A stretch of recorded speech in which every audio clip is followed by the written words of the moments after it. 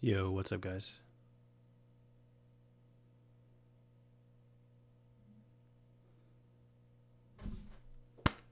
Welcome back.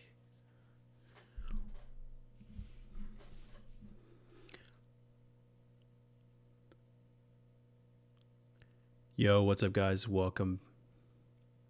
Yo, what's up, guys? Fuck. Yo, it's NBA open tonight.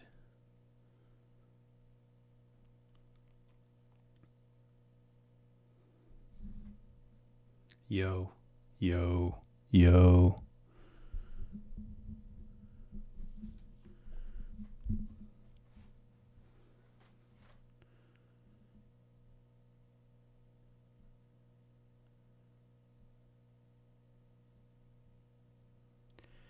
Yo, what's up, guys? Welcome back to NBA opening night reactions.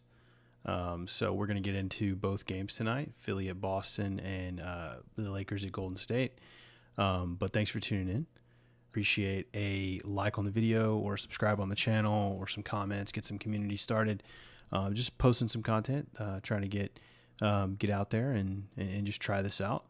But we're going to go through both games tonight and then hopefully continue this into the weekend through some of the other opening night games, pick a couple teams out, maybe do some round robin stuff after this. So let's get right into it.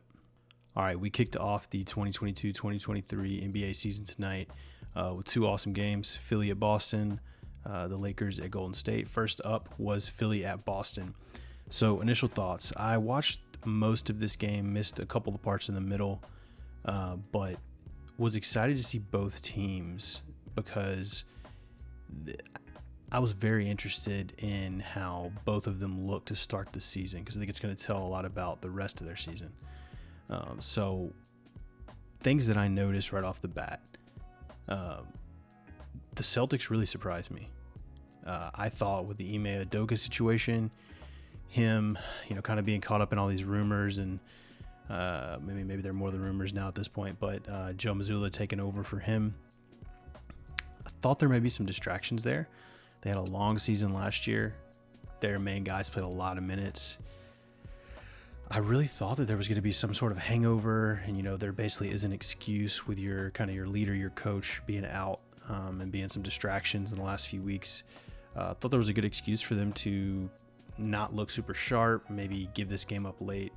But there really wasn't anything. I mean, from my perspective, Tatum and Brown both had awesome games. Just finishing with 35 points apiece.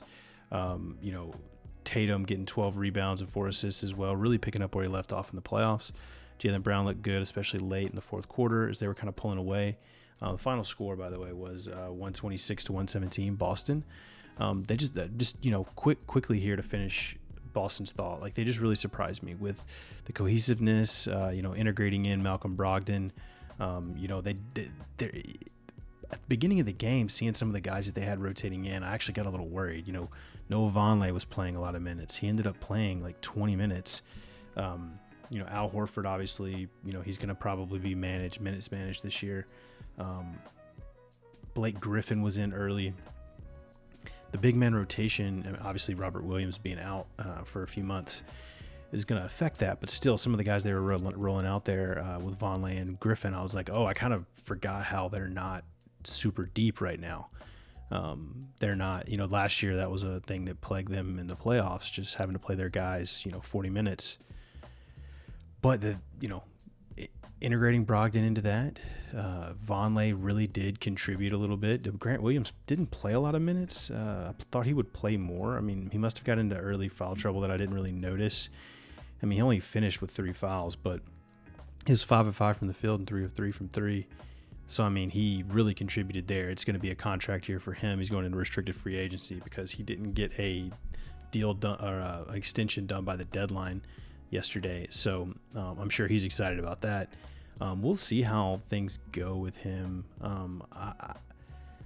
I wonder if there's a potential for him to slip into the starting lineup or play more minutes as things go along. Maybe they rest Al Horford a little bit and mix him in there, but we'll see. But yeah, they're just really surprising. I mean, props to their new coach, Joe Mazzulla. Tatum and Brown really stepping up, leading that team to a great win. And that also leads me into Philly. Some question marks with Philly. They started off good. The first quarter was just plagued with fouls, free throws. Twitter was going crazy with the James Harden step back threes getting fouled, and Joel Embiid, just foul hunting maybe in the post a little bit. I mean, it's hard when you're a 7-foot beast like him. It's not really foul hunting. It's just people falling around you that can't guard you. So I don't really blame him necessarily. There was a couple things that, savvy players do. It's not my favorite way to play the game, but I understand why you do it, right? It's like, why does, Chris Paul annoys a lot of people, but there's a reason why he does it, right? He helps his team win games. So it started out and it looked like Philly might, be imposing their will a little bit, getting Boston in foul trouble, also playing into the Boston, sluggish, slow start narrative. But really, Boston just hung around, and they really were right there the entire game. They led for most of it. Philly was playing a lot of ISO. They were integrating DeAnthony Melton into their team, and Montrezl Harrell and PJ Tucker. Tucker was out there a lot. He had a couple shots. Didn't really see. I mean, he made some. I mean, he's just PJ Tucker. Like, he'll have some games where he hits 5 or 6 threes and they'll win. But it was mainly just Embiid, Maxey, and Harden. And you saw that the offense wasn't flowing as well. Like, you thought there's a little bit more holdover on this roster than some of the ones in the NBA. You thought maybe they'd come in. They had a lot of off-season hype. I was going to make a video about this. Maybe I'd do something about this, but I didn't have enough time to get it out before today. But a lot of people are picking Philly to finish as like the 1 seed, or maybe even go to the conference finals or represent the East. A lot of podcasts, a lot of articles and stuff. I definitely think they're going to be good. There's a ceiling outcome where they do reach that. But this team is one little small injury or 10-game stretch where one of their stars misses from being mediocre, kind of in that probably 4 to 7 range playoff team, because the East is going to be competitive, and I think it's going to be really close record-wise. And they're not a play-in team by any means, but I just want to say, like, they're an injury away from losing home court. Don't want to get too worried in the beginning of the season, but I don't really think losing Harden or losing Embiid, this team would be one of those being gone. I don't think the other one would be able to carry this roster, that get the pieces around it to a lot of wins. So, but hey, what do I know? It's just my observation. But yeah, coming out of that game, liked what I saw from Boston. Didn't really hate what I saw from Philly. Just kind of. Philly's going to win a lot of games. They're going to be a lot of bad teams. I think it's going to be interesting to see their stars play against the other top teams in the league. So finish out with the Lakers and the Warriors here. So just finished watching that game about 10 minutes ago. I want to talk about the Warriors because they did really come out and play really good. It was the ring ceremony night. As much as I hate being out here around all these Warriors fans. They won the game 123-109. The Lakers made a run in the fourth, cut it down to like single digits, but then the Warriors stretched it back out, won by 14. My first initial thought looking at the Lakers, they're in trouble. It's not a galaxy brain take. It's not a crazy take or an unheard of take. A lot of people are going to have this take, but they're in trouble. AD really did look good tonight. He dropped 27. LeBron had 31, and he had in 14 and 8. He almost had a triple double his normal night. AD looked spry out there, but it wasn't enough. Just the two of them. Russ, he had a couple moments late where he actually had some exciting plays at the rim when they were playing fast. That was actually going to be one of my other notes here, is that they're going to have to play fast the entire season, which as an older team is probably not going to go well. I really do think that and I don't know why they went back to Westbrook starting. I don't know if, he came off the bench in that preseason game. I guess they were saying it was injury related.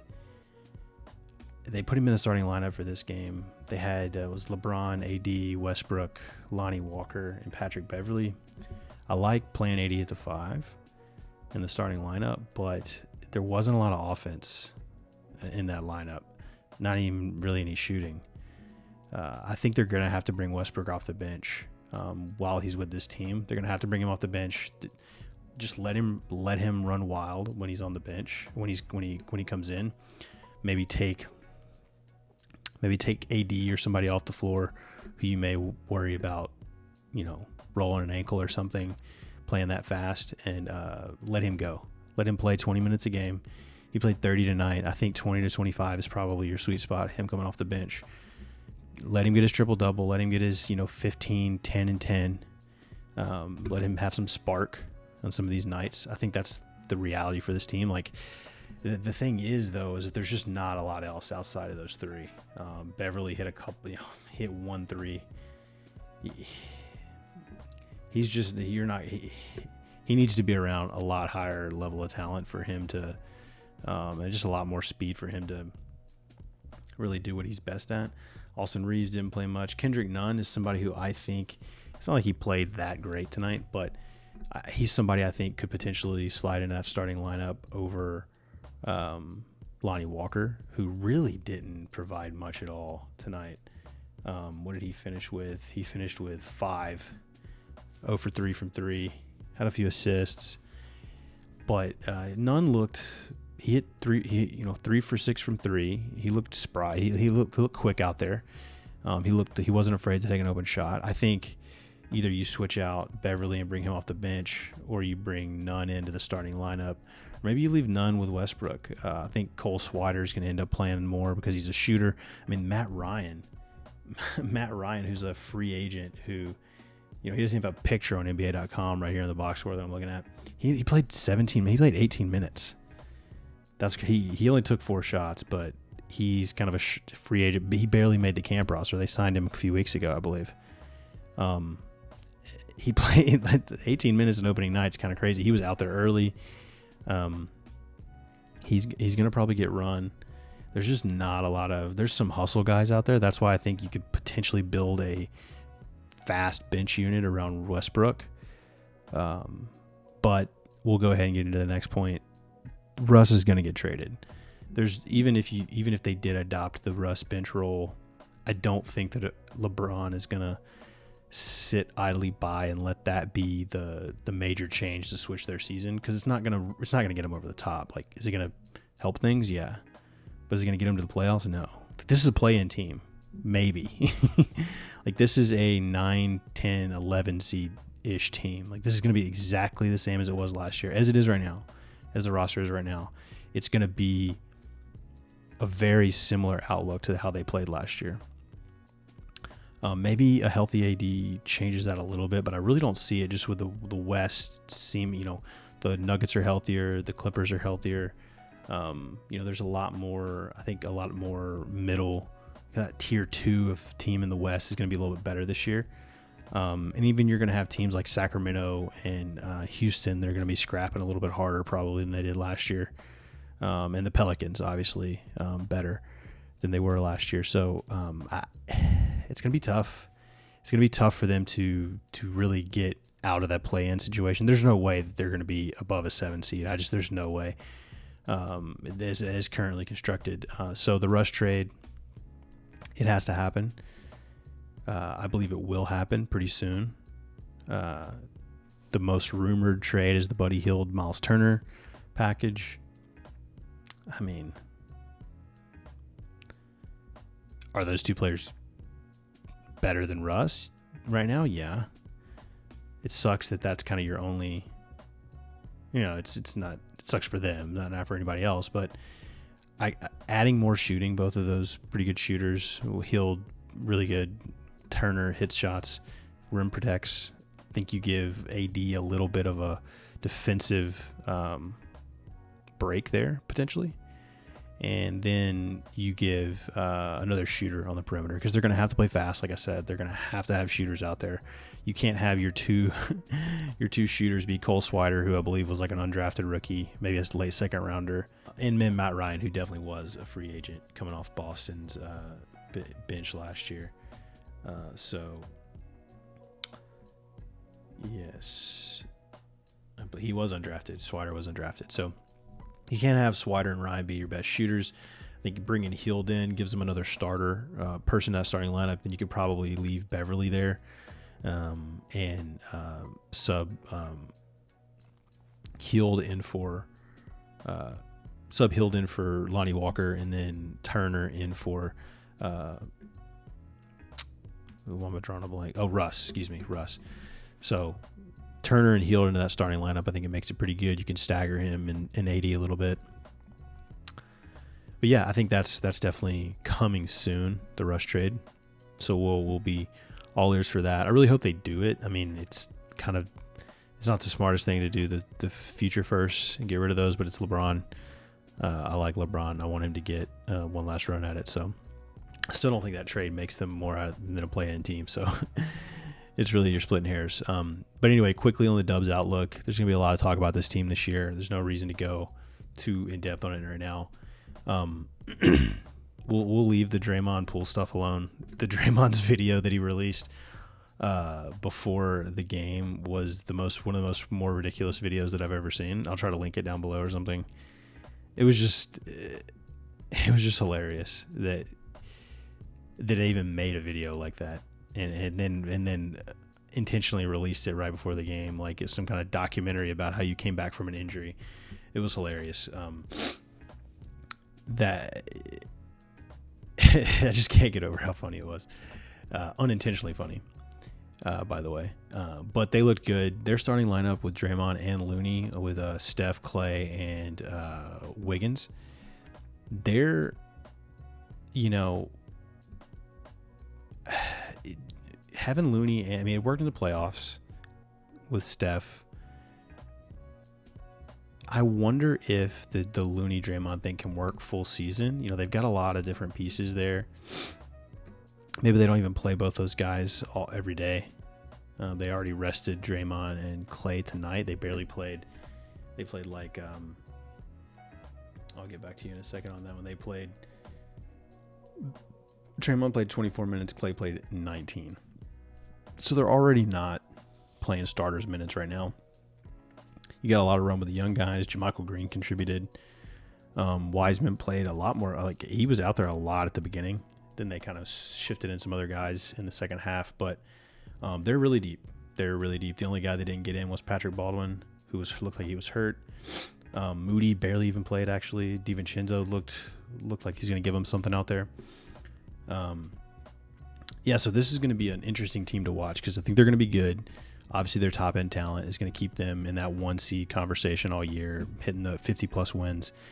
But what's interesting now is that they have the youth and the depth to those Tuesday night games against, or Wednesday night games against Orlando or Detroit or Houston or somebody like that, or Utah who's tanking.